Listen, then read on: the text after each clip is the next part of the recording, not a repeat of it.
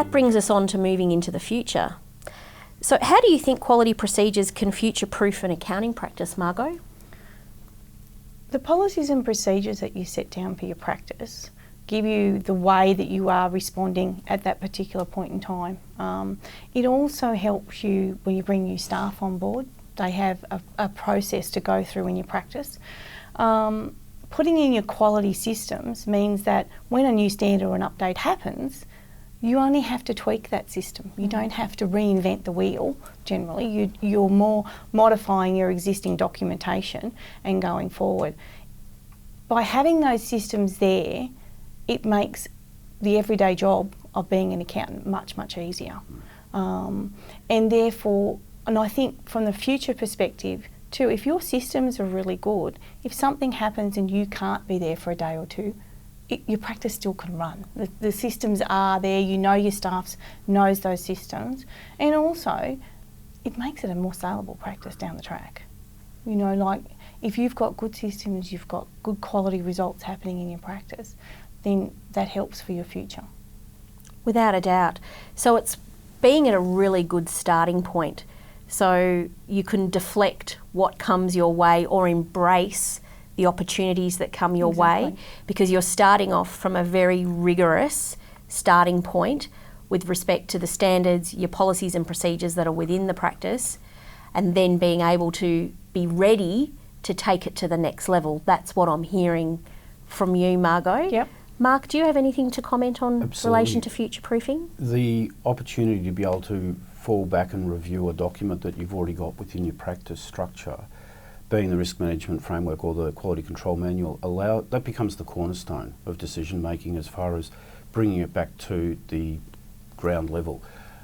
By altering or changing the direction of the practice, it's always a guideline to refer back to those manuals and look at how those manuals need to be updated to I suppose, use as a checkpoint, but also then to cater for considerations that may not have been thought of as part of the ongoing future of the practice. So, as an example, practice may wish to go more online with some of their resources or client communications. That's great. What are the risks? And there are risks with doing so. There are also benefits. By bringing that within the risk management framework, it just alerts the practitioner to consider those issues that maybe they may have just gone down a particular path without that consideration. And we all know as public practitioners that we have to keep abreast of so many changes, so many developments, let alone the intricacies of each of our client files and what our particular clients might be doing in their unique businesses themselves. Having these documents and these processes and procedures in place, do you find it's good to just jog your memory every now and again as to what items you really do need to be reviewing, especially from a risk management perspective, where you've got so many different elements that you need to consider within respect to managing risk within your practice? Having a particular document which sets out a formula for going about regular monitoring of those risks, do you find that a useful tool in not necessarily having to keep everything at the front of mind? Yeah, absolutely. And I think just an example would be using cloud-based software, but like as an interaction between client and practitioner.